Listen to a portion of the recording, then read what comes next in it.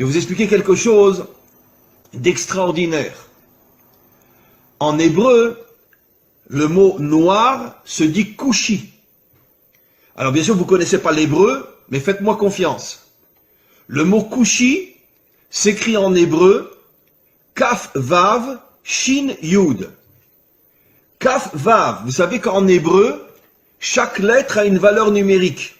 Ce qui nous permet de pouvoir faire des correspondances entre des mots différents s'ils ont la même valeur numérique. C'est un des génies de l'hébreu, de pouvoir expliquer le sens d'un mot par rapport à un autre mot qui a la même valeur numérique. Alors, les deux premières lettres du mot kushi, qui veut dire noir en hébreu, c'est kaf vav, qui a pour valeur numérique 26. 26 est la valeur numérique du nom de Dieu. Le nom de Dieu tel qu'il ne se prononce pas, parce qu'on attend la délivrance pour le prononcer véritablement, c'est un Yud, un Vav, un Yud, un He, un Vav et un He.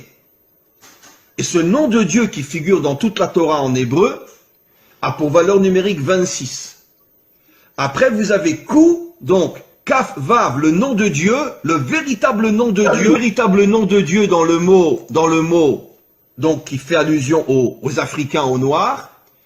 Et après vous avez Shin Yud, qui veut dire Yesh. Ça veut dire que Kushi signifie Yesh Hashem, il y a Dieu. Ça veut dire que dans l'Africain se trouve Dieu. C'est absolument incroyable. Dans les peuples africains se trouve le Dieu authentique qui a pour nom Yudke Vavke. Incroyable.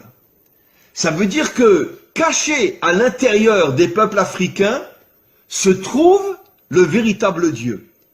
Et c'est pour ça que en hébreu on appelle le noir Kushi, qui fait allusion à Yesh Havaye, Dieu se trouve à l'intérieur des peuples africains. Incroyable. Mais vous devez au fur et à mesure prendre conscience que vous devez vous réveiller. Vous devez dévoiler la dimension royale qu'il y a en vous.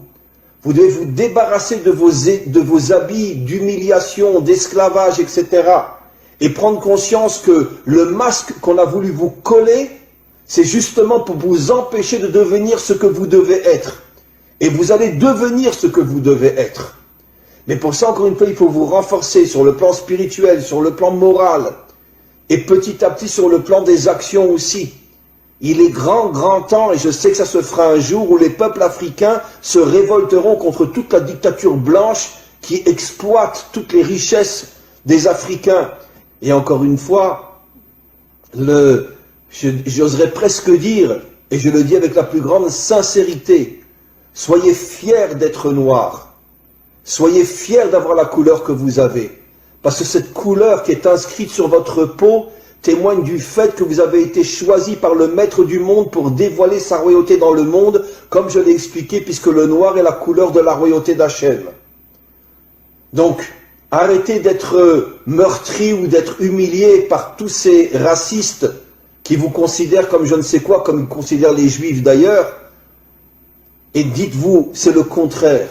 C'est justement parce que je suis un roi que tu veux faire de moi un esclave.